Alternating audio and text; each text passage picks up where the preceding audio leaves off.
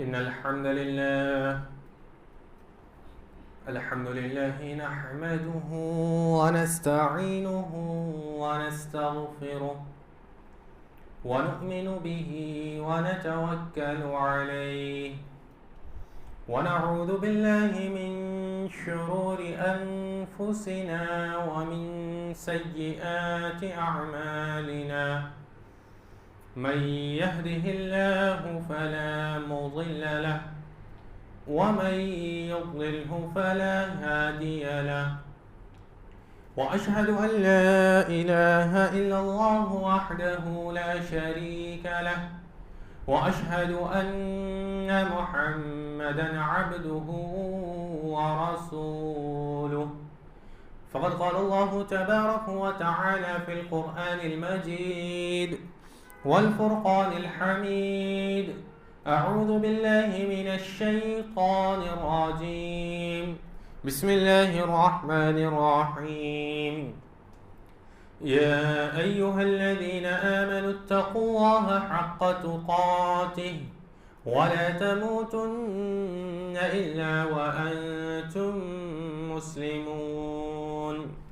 يا أيها الناس اتقوا ربكم الذي خلقكم من نفس واحدة وخلق منها زوجها وبث منهما رجالا كثيرا ونساء واتقوا الله الذي تساءلون به والأرحام إن الله كان عليكم رقيبا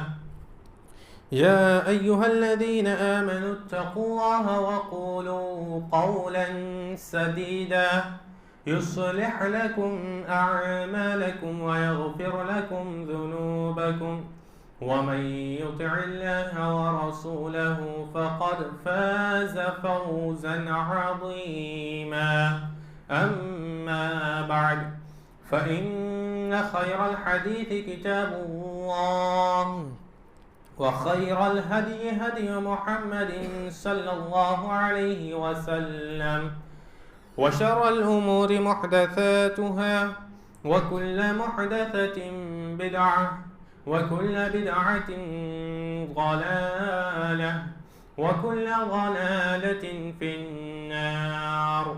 فقد قال الله تبارك وتعالى في القرآن المجيد أعوذ بالله من الشيطان الرجيم بسم الله الرحمن الرحيم إن في خلق السماوات والأرض واختلاف الليل والنهار لآيات لأولي الألباب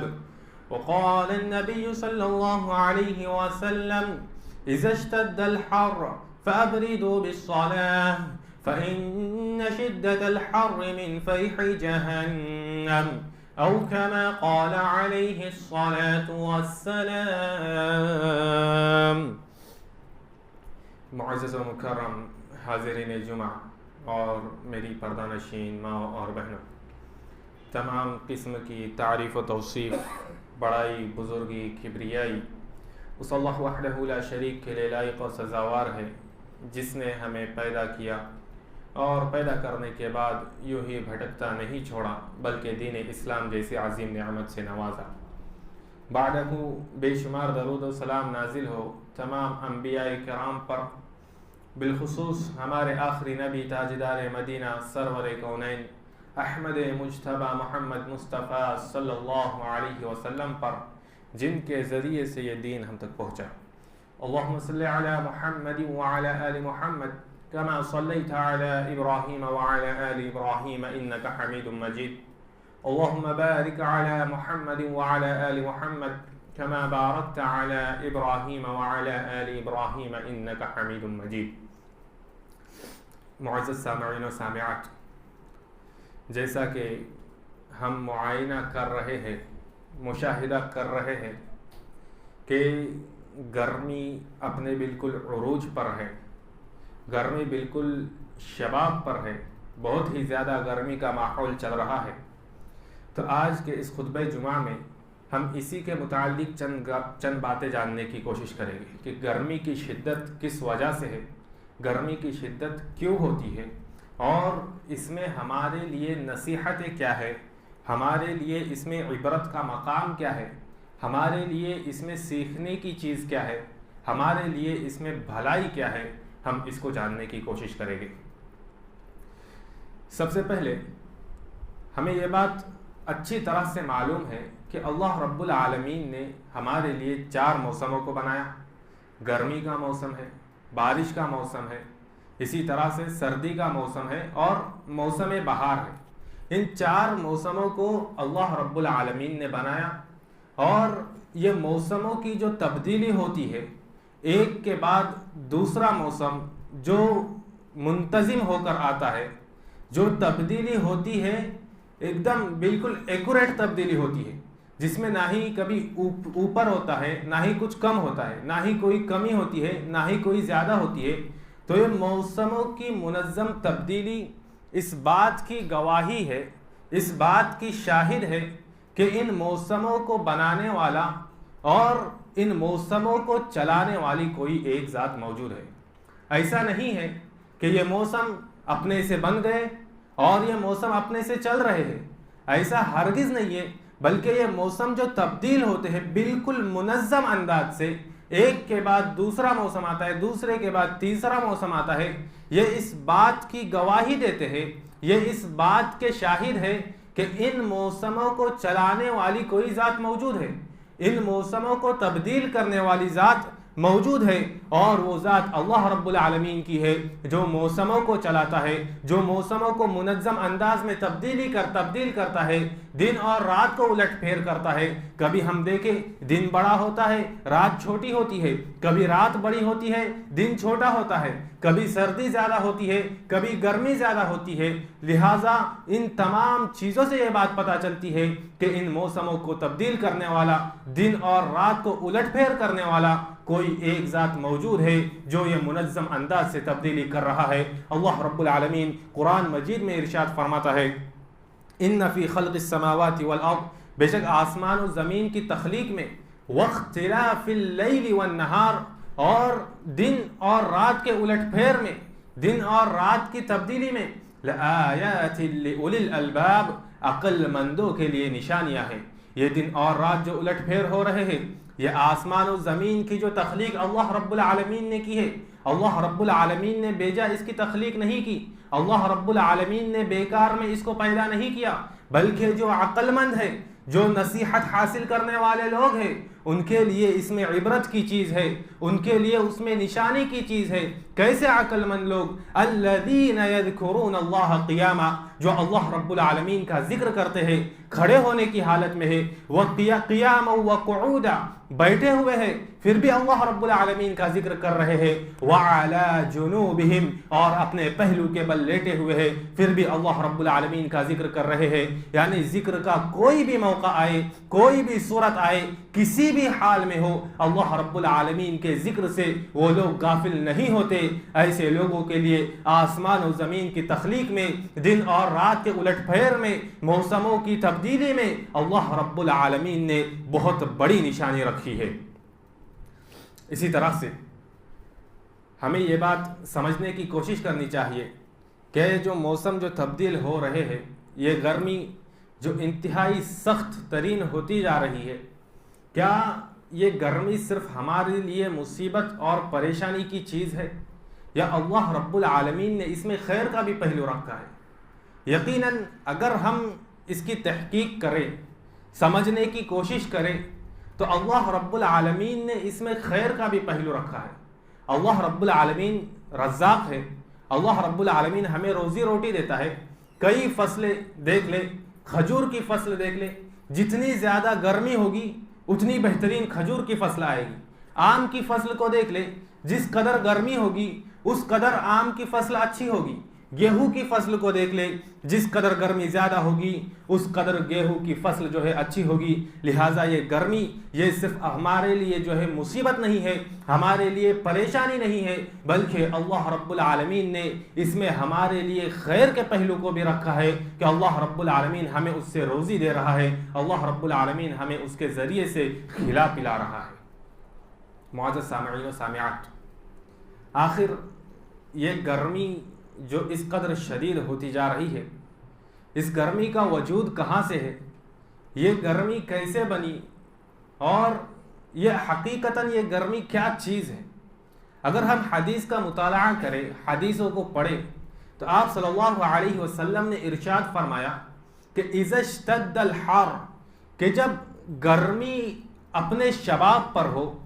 گرمی اپنے عروج پر ہو، بہت سخت ترین گرمی ہو، فَأَبْرِدُوا بِالصَّلَاةِ، تو نماز کو، ظہر کی نماز کو تم ٹھنڈا کر کے پڑھنا۔ کیوں؟ آپ صلی اللہ علیہ وسلم نے فرمایا فَإِنَّ شِدَّةَ الْحَرِّ مِنْ فَيْهِ جَهَنَّمَ، اس لیے کہ یہ گرمی کی سختی یہ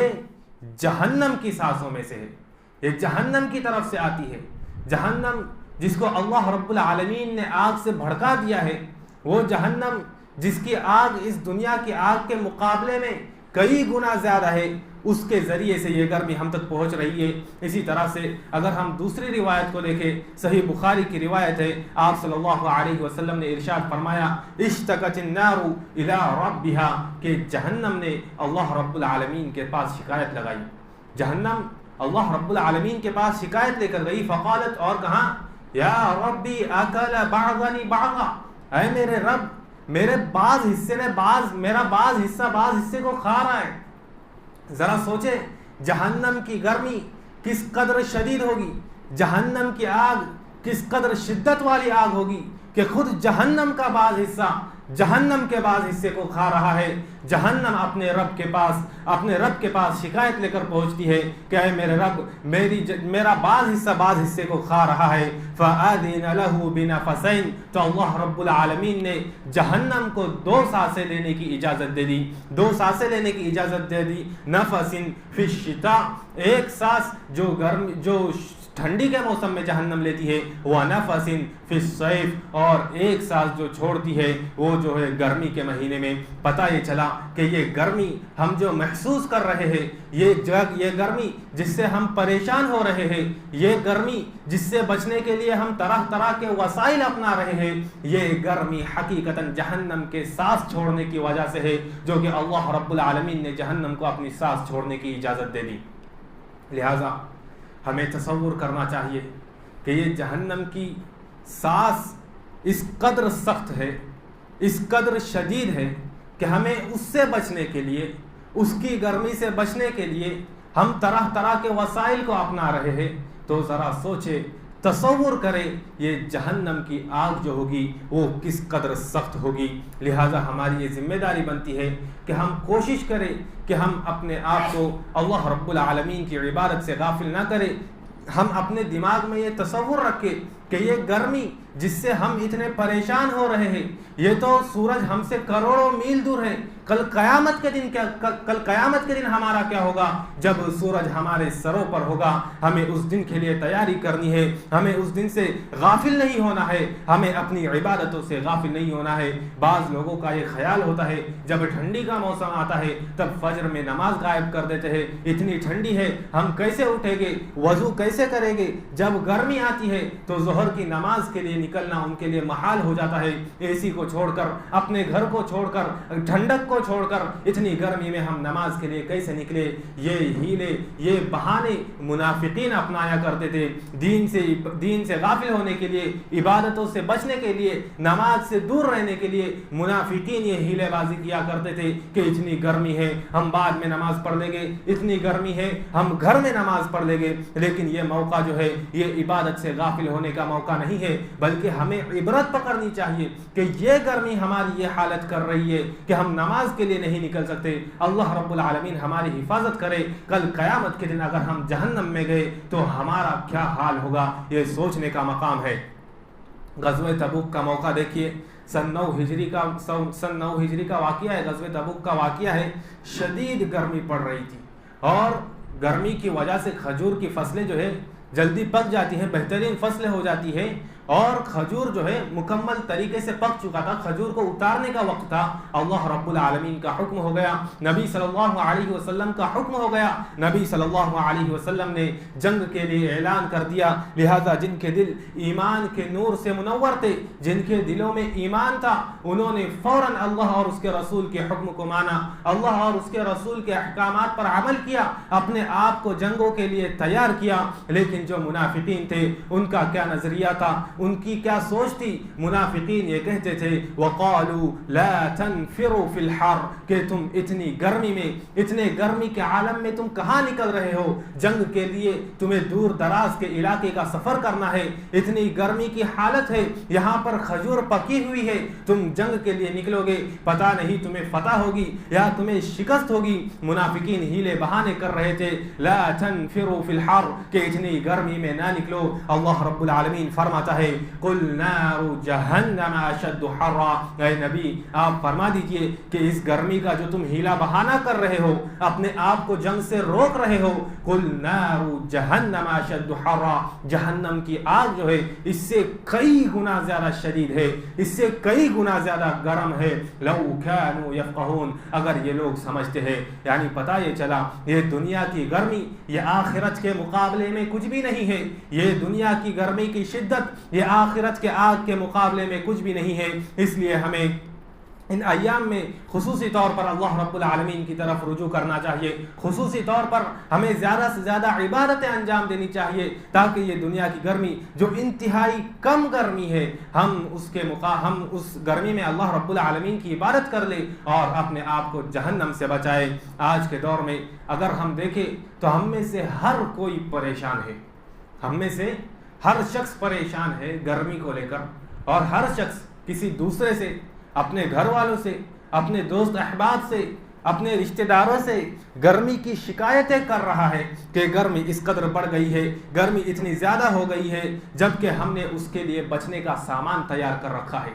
اس گرمی سے بچنے کے لیے ہم نے سامان تیار کر رکھا ہے، اور اللہ رب العالمین نے بھی ہمیں جو بنایا، اللہ رب العالمین نے جو سورج کو بنایا، اللہ رب العالمین نے جو گرمی کو بنایا،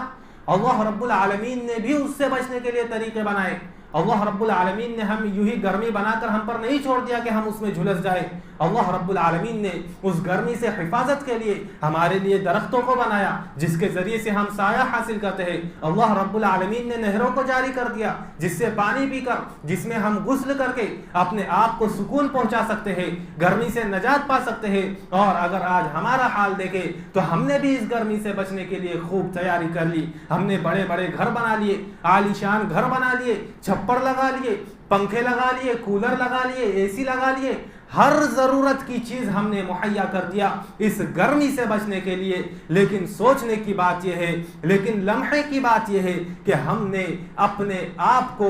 آخرت کی گرمی سے بچنے کے لیے کیا تیاری کی ہے۔ ہم نے آخرت کی آگ سے بچنے کے لیے، ہم نے جہنم کی آگ سے اپنے آپ کو بچانے کے لیے کون سے اسباب کو اختیار کیا ہے، کون سے وسائل کو اختیار کیا ہے، کون سے ذرائع کو اختیار کیا ہے کہ جن ذرائع کو اپنا کر، جن اسباب کو اپنا کر ہم اپنے آپ کو جہنم کی آگ سے بچا سکے، جہنم کی گرمی سے بچا سکے۔ سوچنے کا مقام ہے، غور و فکر تدبر کرنے کا مقام ہے، عبرت حاصل کرنے کا مقام ہے۔ یہ دنیا کی گرمی جو ہمیں اتنی شدید نقصان پہنچا رہی ہے، ہمیں اتنی شدت کی تکلیف پہنچا رہی ہے، تو کل قیامت کے دن آگ یہ ہمارا کیا کرے گی؟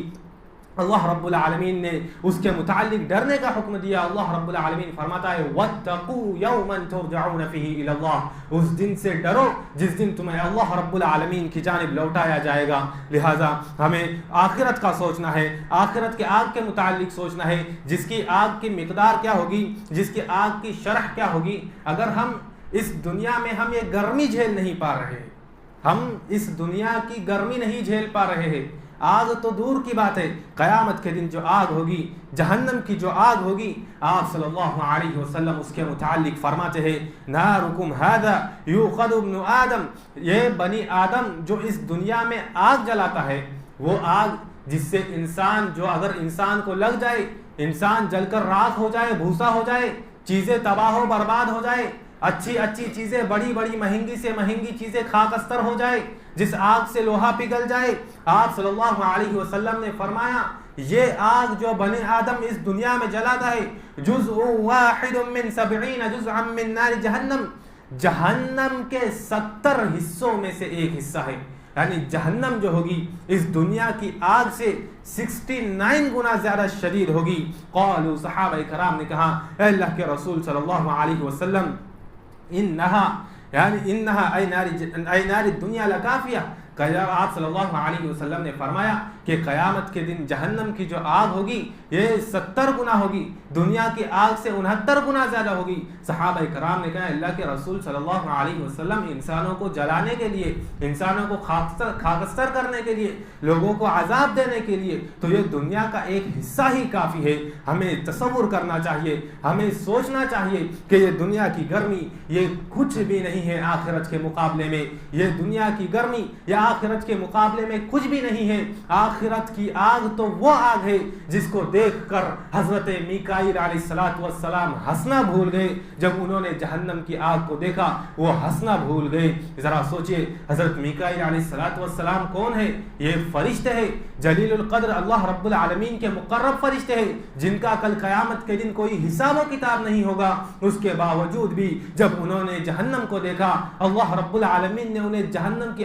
آگ کو دکھلایا، حضرت میکائیل علیہ السلام ہنسنا بھول گئے. ذرا سوچے کہ ہمیں اپنے اندر کس قدر اصلاح کی ضرورت ہے، ہمیں اپنے اندر کس قدر درستگی کی ضرورت ہے، ہمیں اپنے اندر اس دنیا کی گرمی کو لے کر کس قدر عبرت حاصل کرنے کی ضرورت ہے. ہمیں عبرت حاصل کرنی چاہیے. یہ عبرت کا موقع ہے، ہمیں اس کو عبرت سمجھے، ہمیں اس کو اللہ رب العالمین کی طرف سے ایک ریمائنڈر سمجھے. اللہ رب العالمین ہمیں یہ بتا رہا ہے کہ جب یہ دنیا کی گرمی اتنی سخت ہے،